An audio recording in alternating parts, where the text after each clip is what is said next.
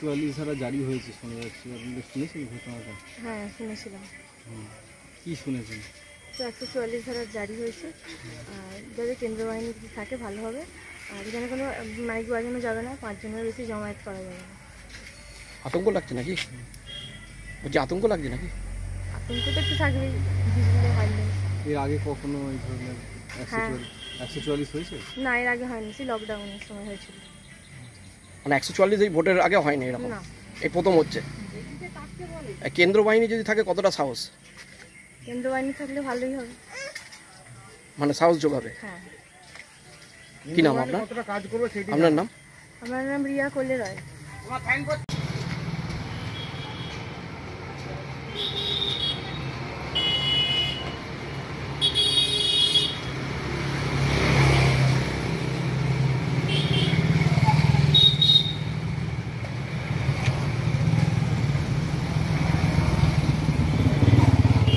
শাহপুর এলাকায় 144 ধারা জারি হয়েছে, প্রশাসন থেকে জানানো হয়েছে।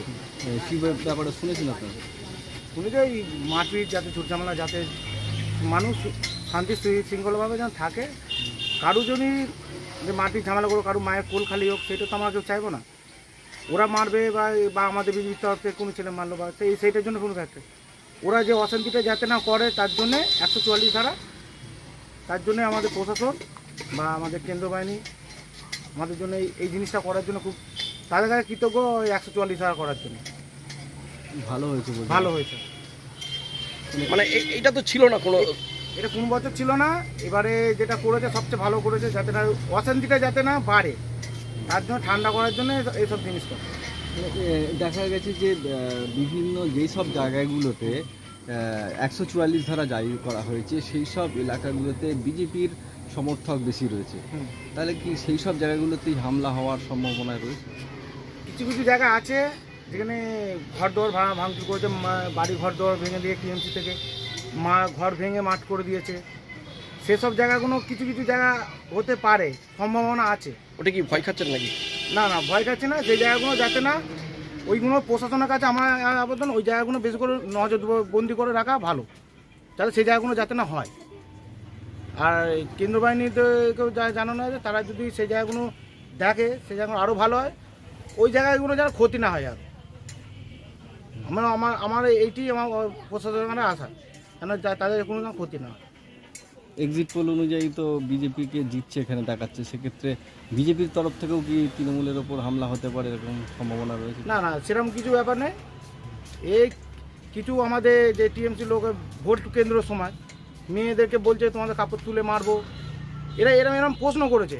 মানে আমাদের এখানে এই কিছু কাউন্সিলর আছে, তারা হচ্ছে কিছু যে নেশাখোর ছেলেদেরকে দিয়ে বলাচ্ছে, আর মহিলাগুলোকে দিয়ে বলাচ্ছে, এই জিনিসগুলোকে যাতে না বলে, তাদের পরবর্তীভাবে ওদের ক্ষতি হবে, তাছাড়া আমাদের কিছুই না।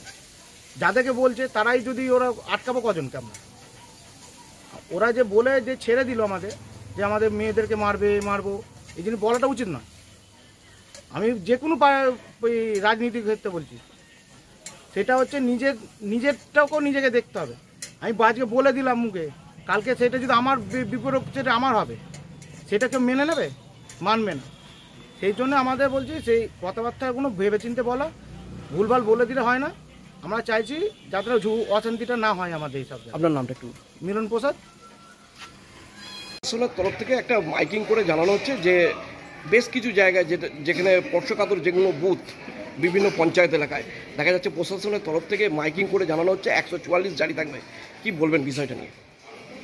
এই কারণে তো আমাদের তারকেশ্বর পৌরসভায় আমাদের শাহপুরে মাইকিং কালকে করে গেছে যে আগামী মঙ্গলবারের সকাল 5টা থেকে আগামী 6 তারিখের সন্ধ্যে 6টা পর্যন্ত 144 ধারা।